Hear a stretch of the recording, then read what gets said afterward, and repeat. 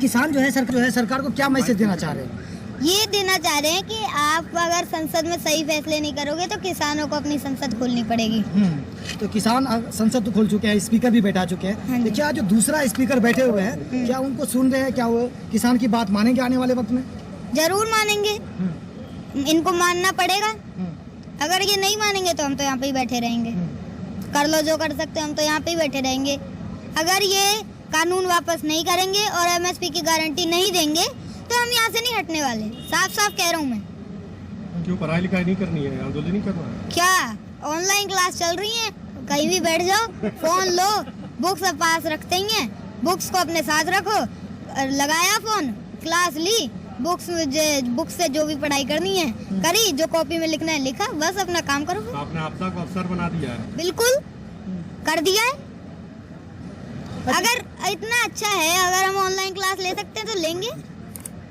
अच्छा, किसान बार बार ये कहते हैं कि अगर बिल वापसी नहीं तो घर वापसी नहीं, 24 तक बैठेंगे। हाँ। तो आपको नहीं लगता कि किसानों का बहुत ज्यादा नुकसान हो जाएगा 24 तक? कुछ नहीं होगा, किसान अपने हकों की सही को सही कहेगा, गलत को गलत कहेगा।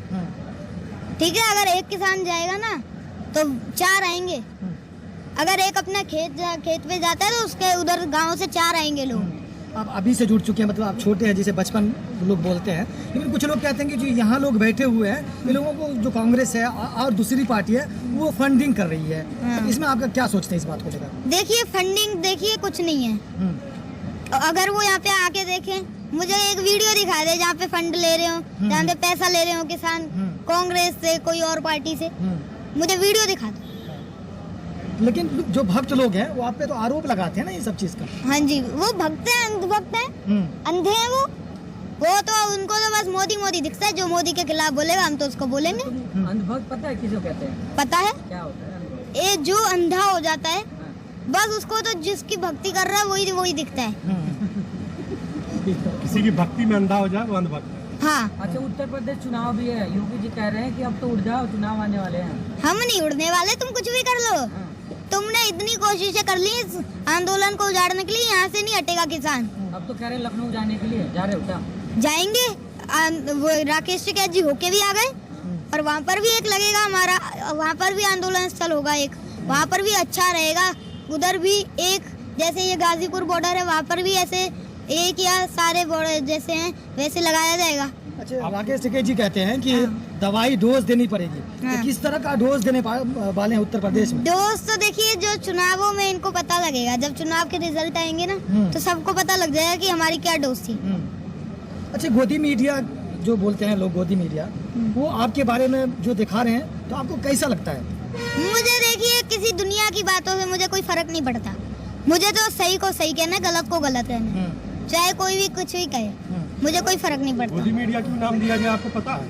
पता है, क्योंकि वो गोद लिए हुए हैं नरेंद्र मोदी जी के। जो गोद लेता है उसको वो ही सारा कुछ संभालता है। तो फिर ऐसा नहीं कहा जा सकता जैसे कि सारे किसानों को राकेश टिकैत जी ने गोद ले लिया है? देखिए राकेश टिकैत जी भी एक किसान है और ये सारे किसान नेता हैं, जितने भी यहाँ पे किसान है ना, सारे किसान नेता हैं, इसलिए ऐसे ना कहा जाए। वो भी हमारे साथ है, वो भी अपने बस हकों की लड़ाई लड़ रहे हैं। बस वो है कि थोड़ा दौरे करते हैं, जगहों पे जाते हैं। और मैं अपने पिताश्री डॉक्टर नरेंद्र सिंह चौधरी के साथ 1 लाख किलोमीटर चला, हमने यात्रा करी, मैंने आपको इंटरव्यू में बताया हुआ है। और साथ जो जितने भी देख रहे हैं उनको पता भी है। अच्छा, यहाँ 90 साल के बूढ़े आ गए, 100 साल के भी हैं, जवान भी है, और आप छोटे हैं, तो क्या आपकी टुकड़ी भी आने वाली है जो आप छोटे छोटे हैं? बिल्कुल, अब एक जो पीढ़ी आएगी उसको भी पता लग जाएगा कि क्या सही है क्या गलत है, और एक टीम होगी बच्चों की तैयार। अब अच्छा, एक मुझसे डिस्कस कर रहे थे कि वो 12 साल का जो 8 साल का बच्चा है, उनको एमएसपी और कानून के बारे में क्या पता, जो वहाँ जाके इंटरव्यू दे रहे हैं, बात कर रहे हैं? ठीक है, मुझे सब पता है, मैं अभी बताता हूँ आपको। हाँ। देखिए, जो सबसे पहला कानून है वो मंडी को लेकर है, और जो दूसरा कानून है स्टोरेज को लेकर है, और जो तीसरा कानून है वो कॉन्ट्रैक्ट फार्मिंग को लेकर है। ठीक है, अब मैं कानून बताऊंगा। किसान नहीं, किसान का बच्चा बताए। हाँ, तो क्या हो गया, मैं भी एक किसान हूँ ना, तो बता रहा हूँ, मैं अभी बता रहा हूँ। पर बीच में कोई भी, जितने भी पत्रकार हैं यहाँ पे, कोई भी टोकेगा नहीं बीच में, बिल्कुल भी नहीं टोकना, बिल्कुल भी डिस्टर्ब नहीं करेगा। ठीक है। देखिए, अभी मैंने आपको सारे कानून गिना दिए, अब इनके पॉइंट गिना देता हूँ। ठीक है, सबसे पहला कानून था मंडी को लेकर। अब देखिए, इन्होंने कहा है ऑल ओवर इंडिया में तुम अपनी फसल कहीं भी बेच सकते हो जहाँ पे अच्छी रेट मिले। ठीक है, इसलिए अब ये वो किसान जो है वो पहले सबसे पहले गाड़ी करेगा किराए पे, फिर रास्ते में उसको डीजल देगा, डीजल भरवाएगा, उसका खर्चा, फिर रास्ते में टोल देगा, ठीक है। और उसका इतना तो खर्चा हो जाएगा जितना उसका प्रॉफिट नहीं होगा। इसलिए चाहिए कि पास की मंडी मजबूत करी जाए और एमएसपी की गारंटी दी जाए, जिससे अच्छे सही रेट मिलेंगे, जो तय रेट है उस पर मिलेगा। और अगर देखिए जो वो बेचारा, उसको शहर का रास्ता अच्छे से पता नहीं होता, वो कहाँ घूमता फिरेगा कि कहाँ पे अच्छी रेट मिल रही है।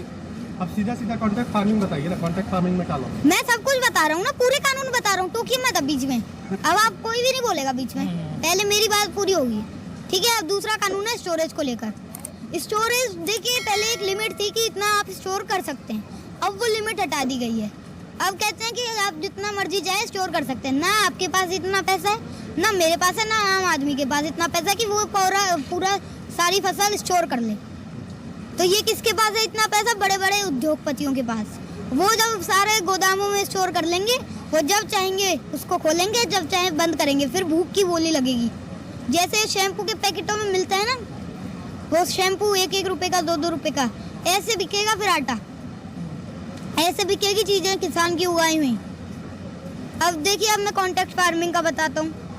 अब जो कंपनी है और एक जैसे किसान है, इन दोनों के बीच में कॉन्ट्रैक्ट होगा एक, और उस जो कागज होगा उसमें लिखा होगा कि जो आपकी रेट की, जो फसल की आपकी रेट तय है उस पे आपको मिलेगा, आपकी फसल बेचेंगे उस पे मिलेगा आपको, ठीक है।